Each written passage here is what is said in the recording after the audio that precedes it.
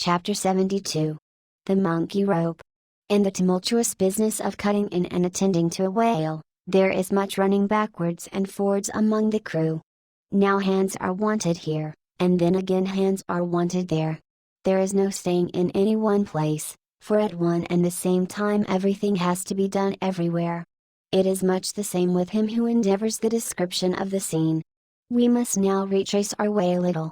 It was mentioned that upon first breaking ground in the whale's back, the blubber hook was inserted into the original hole there cut by the spades of the mates. But how did so clumsy and weighty a mass as that same hook get fixed in that hole? It was inserted there by my particular friend Queequeg, whose duty it was, as harpooner, to descend upon the monster's back for the special purpose referred to.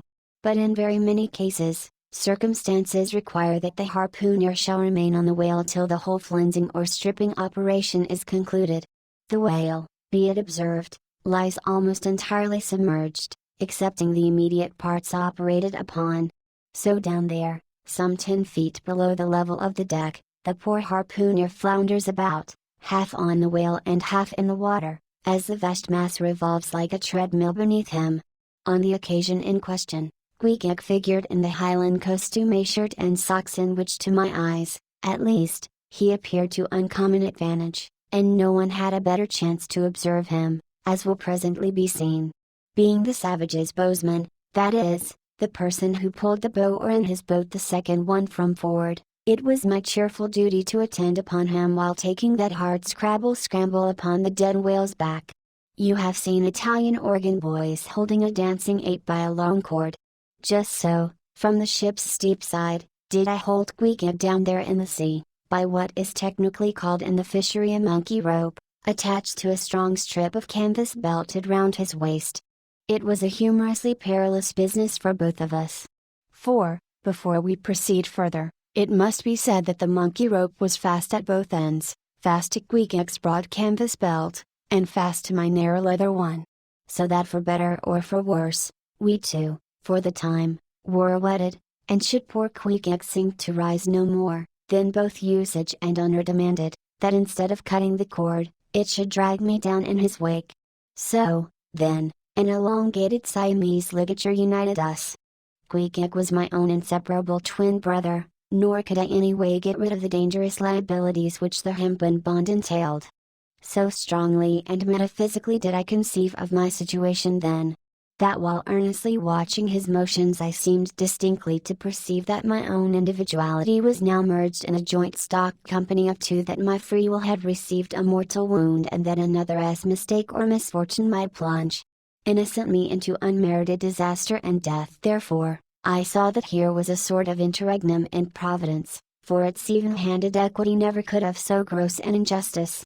And yet, still further pondering while I jerked him now and then from between the whale and ship which would threaten to jam him, still further pondering, I saw that this situation of mine was the precise situation of every mortal that breathes, only in most cases he one way or other has this Siamese connection with a plurality of other mortals. If your banker breaks, you snap; if your apothecary by mistake sends you poison in your pills, you die.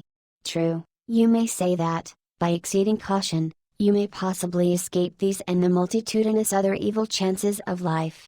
But handle Queequeg's monkey rope heedfully as I would, sometimes he jerked it so, that I came very near sliding overboard. Nor could I possibly forget that, do what I would, I only had the management of one end of it. The monkey rope is found in all whalers, but it was only in the Pequod that the monkey and his holder were ever tied together. This improvement upon the original usage was introduced by no less a man than Stubb, in order to afford the imperiled harpooner the strongest possible guarantee for the faithfulness and vigilance of his monkey rope holder. I have hinted that I would often jerk poor Queequeg from between the whale and the ship, where he would occasionally fall, from the incessant trolling and swaying of both. But this was not the only jamming jeopardy he was exposed to. Unappalled by the massacre made upon them during the night, the sharks, now freshly and more keenly allured by the before-pent blood which began to flow from the carcass, the rabid creatures swarmed round it like bees in a beehive. And right in among those sharks was Queequeg, who often pushed them aside with his floundering feet. A thing altogether incredible were it not that attracted by such prey as a dead whale, the otherwise miscellaneously carnivorous shark will seldom touch a man. Nevertheless, it may well be believed that since they have such a ravenous finger in the pie, it is deemed but wise to look sharp to them. Accordingly, besides the monkey rope, with which I now and then jerked the poor fellow from too close a vicinity to the maw of what seemed a peculiarly ferocious shark, he was provided with still another protection. Suspended over the side in one of the stages, Tashko and Dagu continually flourished over his head a couple of keen whale spades, wherewith they slaughtered as many sharks as they could reach. This procedure of theirs, to be sure, was very disinterested and benevolent of them. They meant Queequeg's best happiness, I admit, but in their hasty zeal to befriend him, and from the circumstance that both he and the sharks were at times half hidden by the blood-muddled water, those indiscreet spades of theirs would come nearer amputating a leg than a tail. But poor Queequeg, I suppose, straining and gasping there with that great iron hook, poor Queequeg, I suppose, only prayed to his Yojo, and gave up his life into the hands of his gods. Well, well, my dear comrade and twin brother, thought I, as I drew in and then slacked off the rope to every swell of the sea, what matters it, after all? Are you not the precious image of each and all of us men in this whaling world? That unsounded ocean you gasp in, is life, those sharks, your foes, those spades, your friends, and what between sharks and spades you are in a sad pickle and peril, poor lad. But courage! There is good cheer in store for you, Queequeg. For now, as with blue lips and bloodshot eyes the exhausted savage at last climbs up the chains and stands all dripping and involuntarily trembling over the side, the steward advances, and with a benevolent, consolatory glance hands him what? Some hot cognac? No. Hands him, ye gods! Hands him a cup of tepid ginger and water. Ginger. Do I smell ginger? Suspiciously asked Stubb, coming near. Yes, this must be ginger, peering into the as yet untasted cup.